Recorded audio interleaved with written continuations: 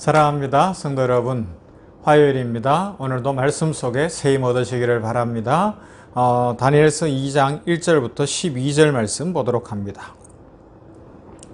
다니엘서 2장 1절부터 12절입니다.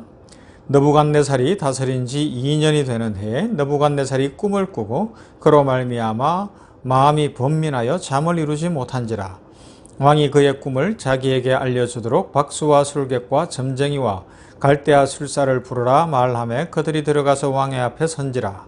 왕이 그들에게 이르되 내가 꿈을 꾸고 그 꿈을 알고자 하여 마음이 번민하도다 하니 갈대아 술사들이 아람말로 왕에게 말하되 왕이여 만수무강하옵소서.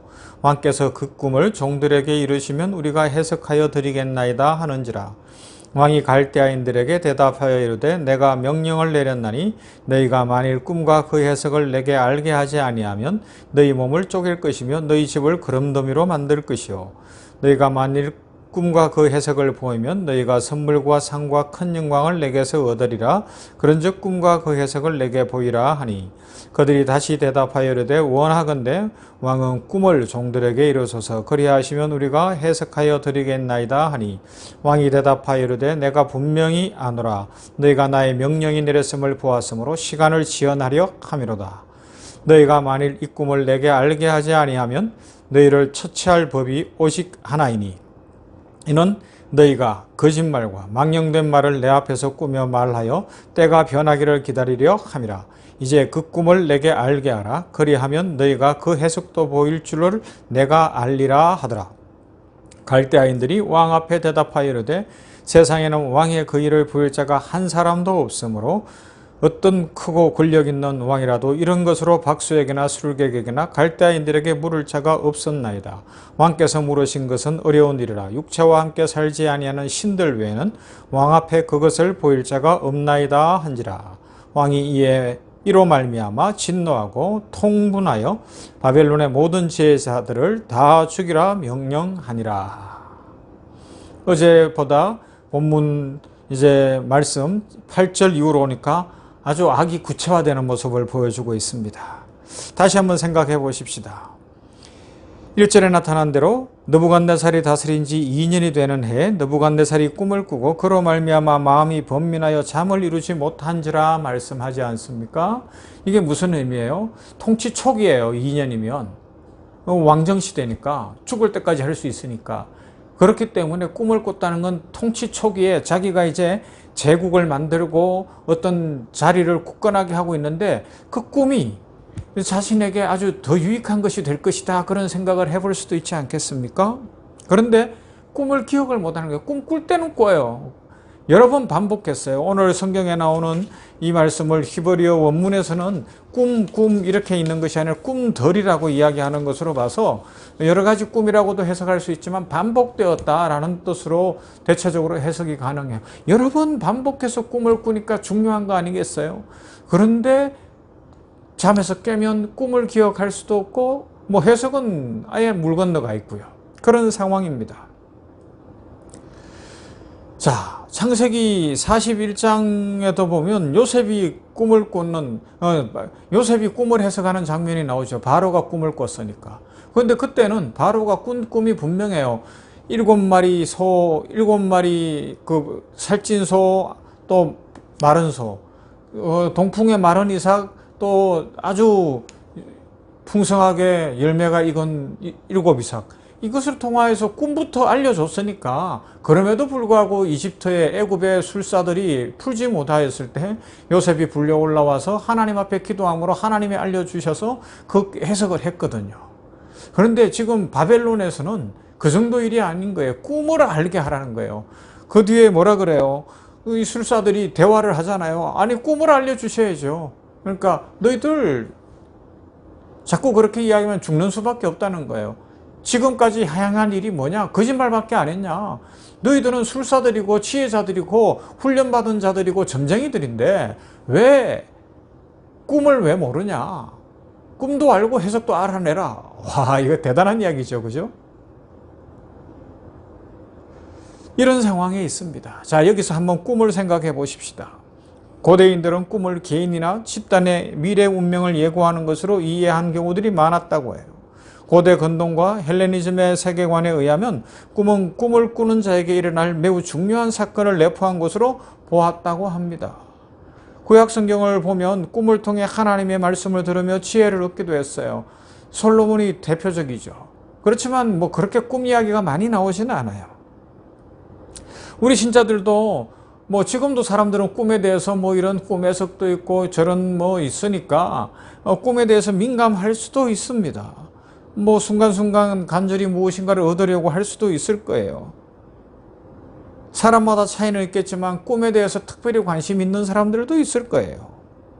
그리고 성도들도 인생 속에서 어떤 중요한 결정을 내려야 되거나 뭔가 잘 안 풀리거나 많은 어려움과 고난이 있을 때 번민할 수밖에 없어요. 그래서 꿈이라도 꾸고 꿈에서 답이라도 왔으면 좋겠다는 생각도 해볼 수도 있을 것입니다.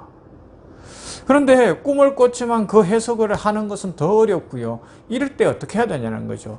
고대 사람들처럼 술사를 둬야 될까요? 점쟁이를 찾아가야 될까요? 아니면 뭐 박수들을 찾아가야 어떻게 해야 되냐? 꿈 해몽의 책을 봐야 될까요? 하나님 앞에 꿈을 갖고 주여 이것이 무엇입니까? 그렇게 해야 될까요? 성경은 알려주고 있습니다.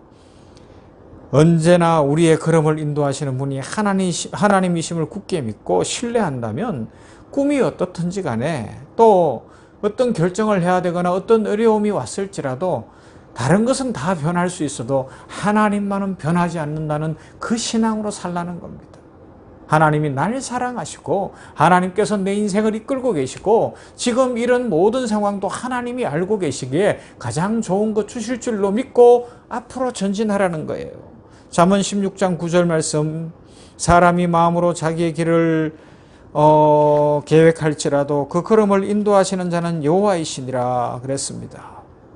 그렇습니다. 그래서 꿈을 기다리고 꿈의 해석을 생각하고 뭐 이런 어떤 것들을 하기보다 그런데 매이려고 하지 말고요.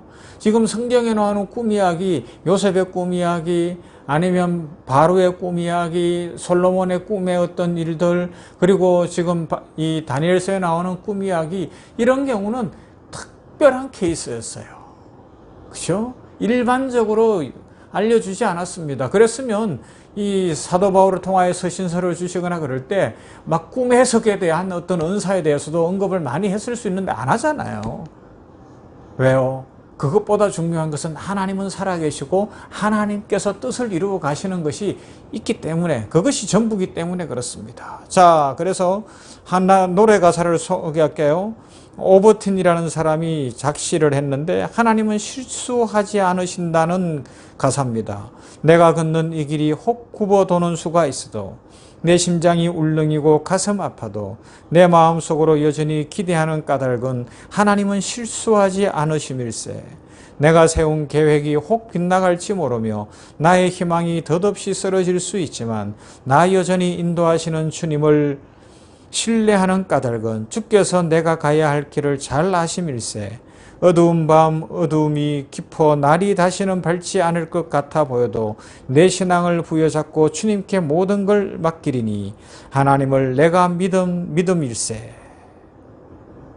여러분, 우리가 매일 꽃길만을 걷는 건 아니에요. 그죠? 날마다 행복하다라고 이야기할 수 있는 건 아닐 거예요. 고비를 넘겼더니 또 다른 고비가 올 수 있습니다. 그 한 산을 넘어갔더니 더 큰 산이 기다릴 수도 있습니다. 그래서 어쩔 줄 몰라 하고 당황할 수도 있습니다. 그럴지라도 우리는 하나님이 이 상황도 나에게 허용하셨구나, 하나님이 보고 계시는구나 그러면서 초지일관하는 거죠. 믿음에 끝까지 걸어가 보는 거예요. 그래서 우리 시대에 지금 살아 계시는데 누구보다 엄청난 고통을 겪고요, 아픔을 많이 겪었던 제럴드 시처 목사님 책도 많이 번역됐어요. 그런데 그분의 책은 좀 이렇게 아파요, 읽으면. 왜? 고통 속에서 하나님을 만나는 그런 이야기들을 다루고 있기 때문에 그렇거든요. 그 책 중에 이런 대목이 나와요. 우리는 최선의 결정을 내리지만 그것이 언제나 잘 풀리는 것은 아니다. 그런 순간에는 자신의 선택이 과연 하나님의 뜻이었는지 의심이 찾아든다. 이런 자연스러운 의심의 성향 때문에 우리는 하나님을 믿어야 하며 절대 뒤돌아봐서는 안 된다. 인생이 언제나 우리의 기대대로 풀리는 것은 아니다. 최선의 의도와 결정도 낙심과 실패와 고생을 낳을 수 있다. 그러나 우리는 하나님의 뜻에 대해 성급한 결론을 내리지 않도록 조심해야 한다. 우리의 삶이라는 이야기는 생각보다 들쭉날쭉하면서도 놀라운 것이다.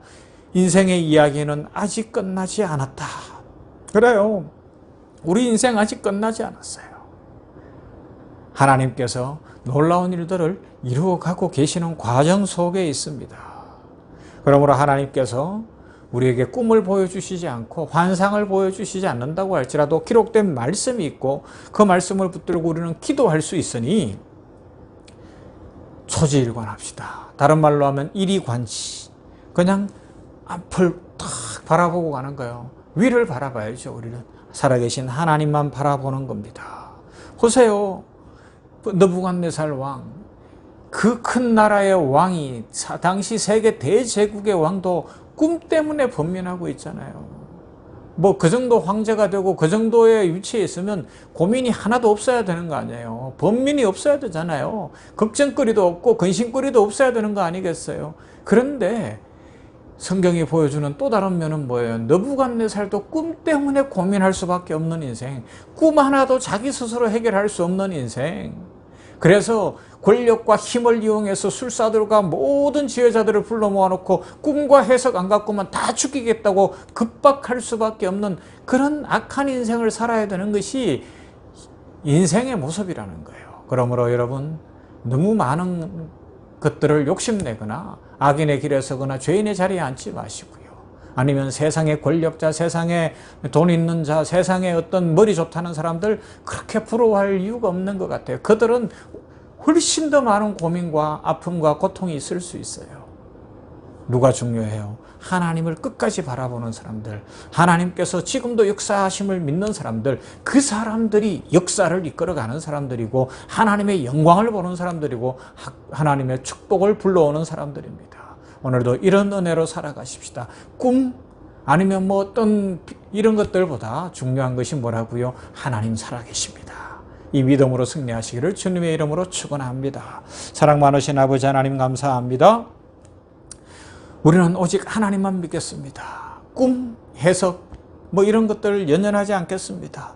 내가 지난밤에 무슨 꿈을 꾸었다, 누가 이런 말을 했다, 저런 말을 했다, 이런 것에 연연하지 않고 내 계획이 잘 안 된다, 내 뜻대로 안 된다, 그것에도 마음이 흔들리지 않겠습니다. 고난이 있고 어려움이 있고 힘든 일이 있는 것에도 마음 흔들리지 않겠습니다. 제럴드 시처 목사님이 이야기하는 것처럼 우리 인생 아직 끝나지 않았고 아직은 과정 중에 있으니, 인생의 여정 중에 있으니 하나님께서 가장 좋은 것 주실 줄 믿는 믿음으로 전진하게 하여 주시옵소서.